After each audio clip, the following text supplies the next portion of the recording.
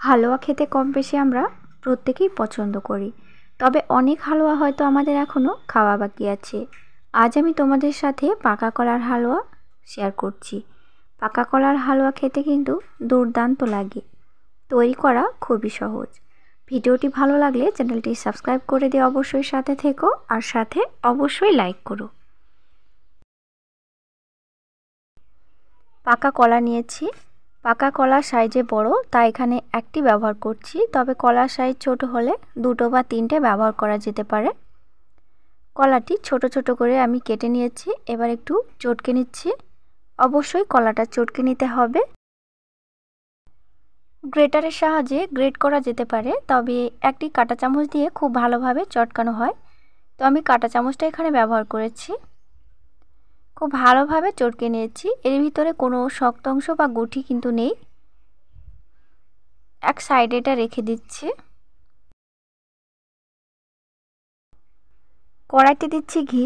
এখানে ঘিয়ের মাপ একটু বেশি দিতে হবে, আর আমরা সবাই জানি হালুয়া বানাতে ঘি কিন্তু বেশি লাগে। ঘিয়ের ওপরে কিছু বাদাম ভেজে নিচ্ছি। আমি আমার পছন্দ মতো বাদাম এখানে ব্যবহার করছি, তোমরাও পছন্দ মতো বাদাম এখানে ব্যবহার করে নিতে পারো। এখানে নিয়েছি কিশমিশ আর কাজু বাদাম, হালকা করে ভেজে নিচ্ছি। অবশ্যই গ্যাসের ফ্লেম লোতে রাখতে হবে, কিশমিশ কিন্তু অল্পতেই পুড়ে যায়। ঘিটা ঝরিয়ে তুলে নিচ্ছি।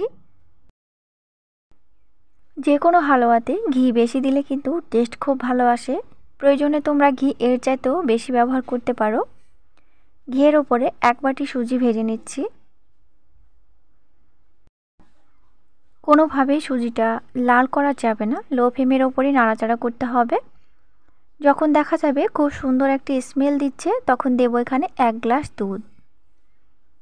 এখানে আমি জাল করা দুধটাই ব্যবহার করেছি, তবে কাঁচা দুধও দেওয়া যেতে পারে। দুধ দিয়ে খুব ভালোভাবে সুজিটা সেদ্ধ করে নিয়েছি।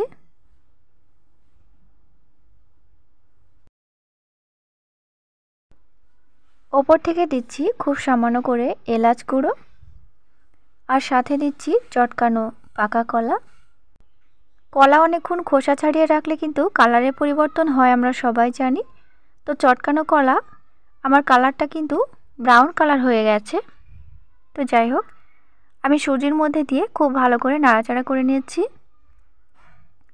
দিচ্ছি স্বাদ মতো চিনি। অবশ্যই চিনিটা স্বাদ মতো দিতে হবে, তবে হালুয়াতে কিন্তু একটু মিষ্টিই ভালো লাগে খেতে।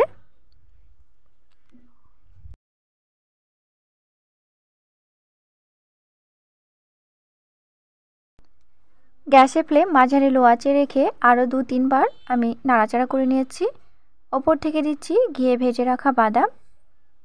অবশ্যই আঠালো করে তৈরি করতে হবে হালুয়াটি, তাহলে খেতে কিন্তু ভালো হবে। হালুয়ার মিশ্রণটি পুরোপুরি নাড়াচাড়া করতে থাকতে হবে। তো দেখো ঘিটা ছেড়ে দিয়েছে, আর কড়াই থেকে কিন্তু মিশ্রণটি উঠে আসছে। বেশ আঠালোভাবে তৈরি হয়েছে। গ্যাসের ফ্লেম এবার বন্ধ করে দিচ্ছি। এখানে একটি মোল্ড নিয়েছি, তোমরা যে কোনো পাত্রে এটা রাখতে পারো। পাত্রের ওপর একটু ঘি লাগিয়ে নিয়েছি, তবে ঘিটা না লাগালেও চলবে। এবার হালুয়াটি রেখে আমি একটু সেট করে নিচ্ছি। একটু শেপ দিয়ে আমি কেটে নেব, তাই তোমরা চাইলে এই অবস্থাতেও রেখে দিতে পারো। রেখে দিচ্ছি 10 মিনিটের জন্য।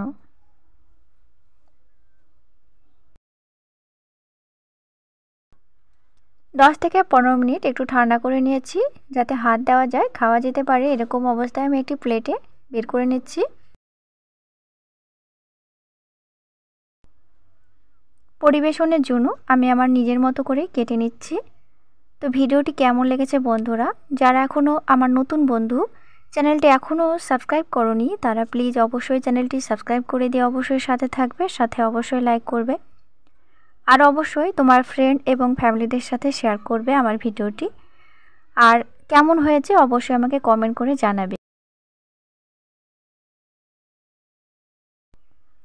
পাকা কলার এই রেসিপিটি তোমরা বাড়িতে অবশ্যই একবার বানিয়ে খেতে পারো। আশা করি তোমাদের ভালো লাগবে। তো তোমাদের সাথে আবারও দেখা হচ্ছে পরের ভিডিওতে। ভালো থেকো, ধন্যবাদ।